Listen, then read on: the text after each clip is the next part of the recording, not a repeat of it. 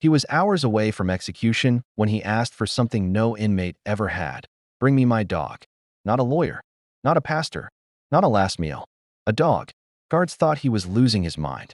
The warden just stared at him. But Ethan Miller wasn't crazy. He was calm. Too calm for a man about to die. And that's when people started paying attention. Why would a convicted murderer, moments from death, beg to see a German shepherd named Buddy? The air within Stonehaven prison that morning bore a palpable weight, pressing down on every soul present. It was heavy, thick with the quiet, final feeling of what was about to happen. Each clink of keys, every echo of boots on concrete, was like a clock ticking down, not just for Ethan, but for the very stone walls themselves. They knew. They always knew. And Ethan, he was ready. He sat on the edge of his small bed, his hands together, his eyes staring at the cold, hard floor. 7 years had made lines on his face, taking away the brave look he once had. The man who walked into that prison years ago was gone. Now he was just a shadow, filled with sadness and giving up on hope. The sharp parts of his spirit had been smoothed out, worn down by the same boring days and the heavy problem of a sentence he swore wasn't fair. The guards, straight and quiet, expected the usual: a last meal, a final call to family, maybe a letter. They had seen it all: the desperate begging, the fake bravery, the quiet way people accepted their fate. But when Warden Albright, looking tired and in charge, asked for Ethan's last wish, his voice was surprisingly calm and steady. It held a peace that came from being completely worn out, a way of giving up to fate that had long been part of him.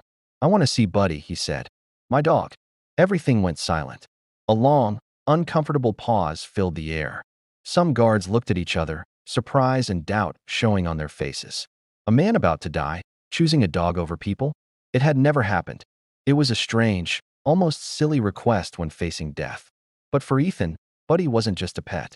He was the last piece of real connection he had to a life that felt like it happened ages ago. He was the only one who had stayed by his side before he was arrested, before the trial, before the whole world turned against him. He was the only strong thing in a world that had left him alone. In those last hours, Ethan didn't want forgiveness from strangers or empty words. He just wanted to look into the eyes that had never judged him, the soul that had always seen past the accusations and the prison walls, right to the man he truly was. Warden Albright leaned back, his fingers touching together. He had seen many strange last wishes. Ice cream, a guitar, a priest who never came. But a dog? Inside a very secure prison, on the day of an execution? Never. The control room was noisy with talking. "It's a danger to safety," one officer said, his voice sharp with rules. "We've never let an animal in here, especially for someone on death row." Then, Officer Evans, an older and quieter officer, spoke. His voice held a tired understanding, a wisdom from years of seeing human sadness. "Buddy is all he has left," he said, looking at the serious faces of his coworkers. "No visitors, no letters. No one." He paused, letting his words sink in. "Maybe we should let him have this peace." Warden Albright asked for Ethan's file. The clean papers told the story of a life that went wrong. Ethan's record was clear: no fights, no breaking rules, no escape tries. But it was the notes about him that surprised them. Owned a German shepherd named Buddy for 8 years. The dog was taken at the time of arrest. A simple detail, almost unimportant, but it held a sad meaning that even the toughest guard couldn't ignore. After a long silence, the warden nodded. A small, barely noticeable movement of his head. "Under strict watch. Only in the yard. 10 minutes." The words spread quickly, whispered through the concrete hallways, carrying a mix of curiosity and reluctant respect. Some guards shook their heads, not understanding such a special favor. Others, though, spoke softly about the strong bond between a man and his dog, a connection that went beyond crime and punishment. For Ethan, those 10 minutes felt like forever. Somewhere outside, Buddy was coming. And neither of them knew how much this moment, this last chance, would change everything. The exercise yard became silent. Every inmate, every guard, stood still like a picture as the far gate opened with a creak. This sound usually meant someone was coming, but today, it meant a goodbye was near. Ethan stood a few feet from a single chair, his wrists loosely cuffed in front of him, his eyes glued to the entrance, a tight knot of strong feelings in his chest. Then he saw him. Buddy trotted in, his black and tan fur shining under the pale morning light. He was a grand, powerful sight against the dull gray of the yard. Two officers walked beside him, holding his leash tight, their faces serious. But it was clear Buddy had already seen his owner. His ears shot forward, suddenly alert, and then his tail began to wag. Slow at first, a careful beat, then faster, like a music timer finding its beat, a happy, wild beat of pure, strong love. Ethan held his breath. Years had passed since he last saw Buddy, years that had worn down his spirit and put new lines on his face. But to Buddy, it was as if no time had passed at all. The gray hairs on his nose, the slight stiffness in his legs. These small signs of age could not hide the dog Ethan had raised from a puppy, the loyal friend who had been his shadow, his secret keeper, his quiet protector. The officers looked at Warden Albright, a silent understanding passing between them. Then, with a simple nod, the leash became loose. Buddy rushed forward, a blur of fur and eager energy. Ethan dropped to his knees just as Buddy crashed into his chest, a strong, loving hit that almost knocked the air out of him. Buddy pressed his head into Ethan's shoulder, whining, a sound caught between happiness and sadness, a mix of dog sounds that showed deep love. For a moment, the prison disappeared. No countdown, no death order, no walls. Just a man and his dog, together again, lost in a world that only they shared. Ethan buried his face in Buddy's thick fur, breathing in the smell of old leather, dirt, and home. Memories rushed back. Long walks through sunny forests, muddy paws on clean floors, quiet nights when Buddy's steady breathing had kept him from falling apart. Buddy had been his anchor, his steady friend in a life that had become a rough storm. But then, Buddy stopped moving. His body became stiff, every muscle tight. His tail stopped wagging in the middle. His ears moved, not towards Ethan, not towards the other guards, but towards something else.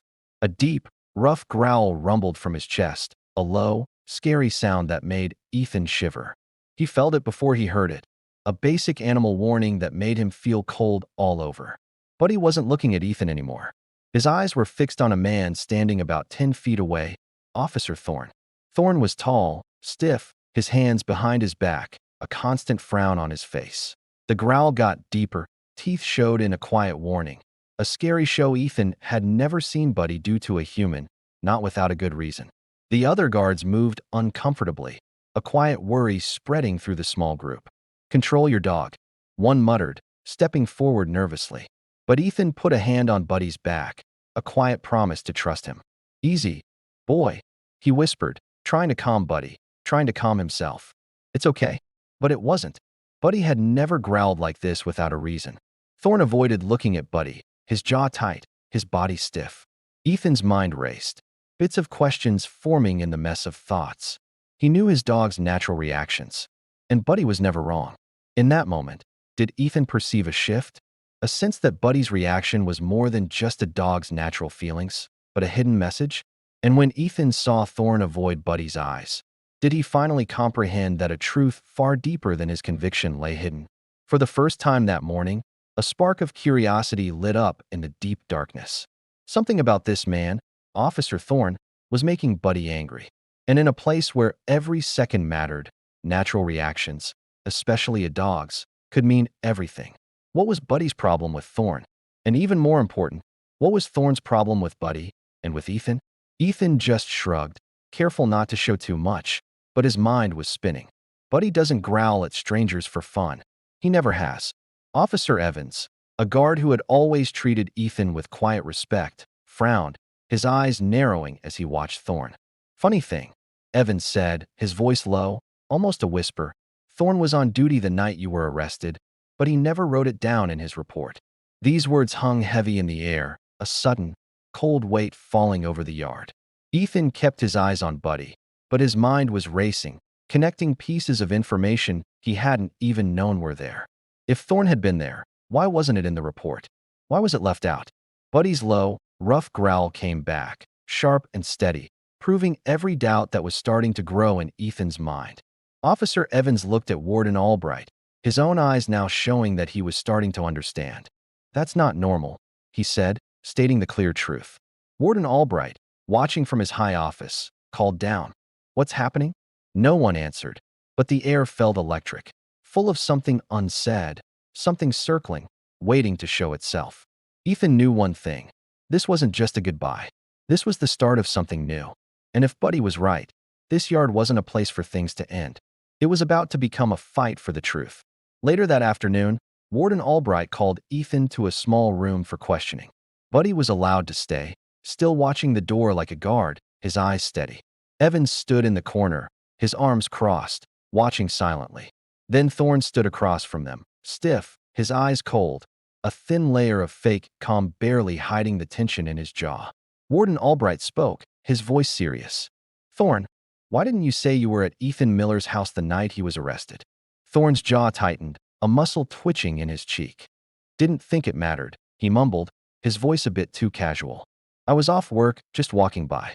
Just as he finished speaking, Buddy let out a sharp, loud, sudden bark. His eyes locked on Thorne, a growl rising like thunder, strong and wild. Officer Evans stepped forward, looking determined. "Funny," he said, his voice now clear and steady, "because a witness just came forward. They said they saw a man who looked like you leaving Ethan Miller's house before the police arrived." Warden Albright's face grew dark, his last doubts disappearing. "We're opening the case again," he announced, his words filling the room. "Starting right now, the execution is put off." Ethan felt the air rush back into his lungs, a gasp he hadn't known he was holding. Not freedom, not yet, but hope. Thorne glared at him, a poisonous hate in his eyes, but it didn't matter. Not anymore. For the first time in years, the truth had a small opening to get through. And it all began with a dog who refused to forget. The investigation moved quickly. The new witness, the fingerprints found at the crime scene that were tested again, they didn't belong to Ethan Miller. They matched Thorne. More proof came out, strong and impossible to deny. Thorne had been at the scene, not just walking by. He had put fake evidence there. He had committed the crime. Thorne was arrested, charged with the same murder Ethan Miller had been sentenced for. The lawyers, seeing all the new and clear proof, dropped the charges against Ethan. The prison gates, which had once seemed like the sad end of Ethan's life, now swung open to let him go free. And there, just outside the fence, was Buddy, his tail wagging, his eyes bright, a shining light of pure, endless love. Ethan dropped to his knees, burying his face in Buddy's fur once more, but this time the tears were different. "We did it, boy," he whispered, the words getting stuck in his throat. "We did it." Ethan stepped forward, no chains, no guards, no walls. Just the open sky and the sound of their feet on free ground. The world hadn't changed much in 7 years, but Ethan had. He wasn't the man known for a prison sentence, for a crime he didn't do. He was the man his dog had believed in all along. And now, thanks to that strong loyalty, he had a second chance. To live, to prove Buddy was right, to finally get back the life that had been stolen from him. Sometimes, he still heard him. Thorne. In the quiet. Calling him by the name he almost became. The innocent man who was almost buried alive.